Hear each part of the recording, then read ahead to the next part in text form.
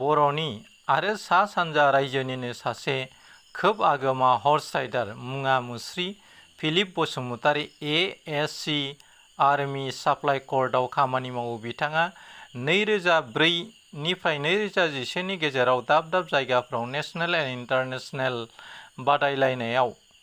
बादायलायनायाव बाहागो लाना थामहिनबा देरहासार जाना गोबां gold medal, silver medal and bronze medal मोनबोनो हादों। बिथांनि फारसे सोरखारा मा नोजोर होनो सानो? बान्था मोननायफोरखौ गाहायाव होनाय जाबाय।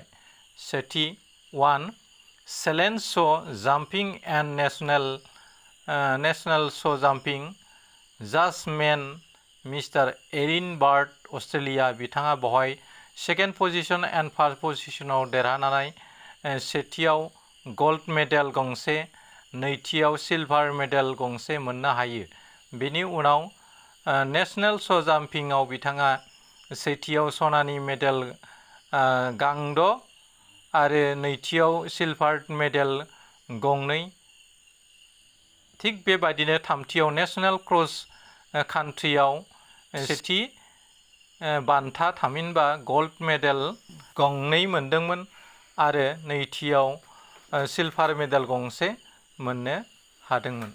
लोगोसेयावनो गल्ड मेडेल गंद', सिलभार मेडेल गंनै, नेशनेल क्रस कान्ट्रियाव मोनदोंमोन सनानि मेडेल गंनै, नैथियाव सिलभार मेडेल गंसे मोनदोंमोन, ब्रैथियाव पुइसेन्स 1 गल्ड मेडेल, नैथियाव सिलभार मेडेल 1 पिस, ब्रन्ज मेडेल 1 पिस, बाथि नेशनेल 10 पेगिंआव मोनदोंमोन गल्ड मेडेल गंसे, सिलभार मेडेल गंसे, दथियाव दिल्ली हर्स श' ग्रेड थार्ड श' जाम्पिंआव बिथाङा ब्रन्ज मेडेल मोनसे आरो स्निथि आर्मी इकुइस्ट्रेन चेम्पियनशिपआव बिथाङा सनानि मेडेल गंसे मोनदोंमोन।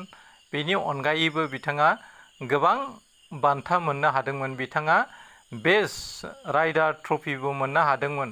गामि 2 नं आमगुरि, अदालगुरि जिल्ला। बिफा रबिन कसारी, बिमा बिबि कसारी। बुथुमगिरि बिथां लक्ष्मण हायनारि।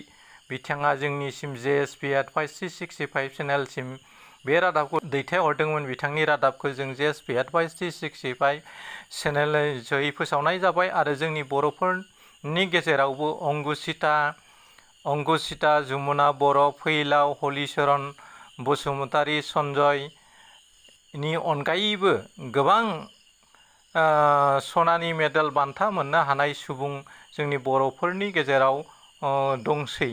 नाथाय खोब दुखुनांथावना खोथादि बर'नि गेजेराव गोबां निउस चेनेल आरो निउस पर्टेलफोर गैयैनि जाउनाव जोंनि बर'नि माखासे गेदेर गोलाव आरो नेशनेल आरो इन्टारनेशनेल लेभेलाव देरहासार जानानै फैनाय सुबुंफोरखौ जोंनि मानसिफोरखौ थामहिनबा ट्राइबेल कमिउनिटिनि मानसिफोरखौ असमियानि निउस चेनेलफ्राव हाइलाइट खालामनो नाजाया। जाउनाव जों गोबां बर'नि रोंगौ गेलेफोरखौ मिथिनायाव जोंहा खफाखौ जाबोदों।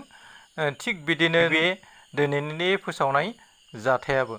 आरो जायफ्रा आंनि चेनेलाव गोदान बिथांमोनखौ आंनि चेनेलखौ साबस्क्राइब खालामना लानो थाखाय खावलायनाय थाबाय। लोगोसेयावनो आंनि चेनेलखौ लाइक, शेयार आरो कमेन्ट होनो थाखाय बयखौबो खावलायनाय थाबाय। आरो बे कन्टेन्टनि गासै जाथायफोरखौ मिथिनो थाखाय गासै बर' रायजो राजाफोरखौनो शेयार खालामना होनो थाखाय खावलायनाय थाबाय, जाहाथे बेफोर खोथाफोरखौ जोंनि गासैबो बर' माहारिनि मानसिफ्रा मिथियो। एसेनोसै, गोजोन्थों, खुलुमबाय। जै बर' हारिनि, जै बर' हारि।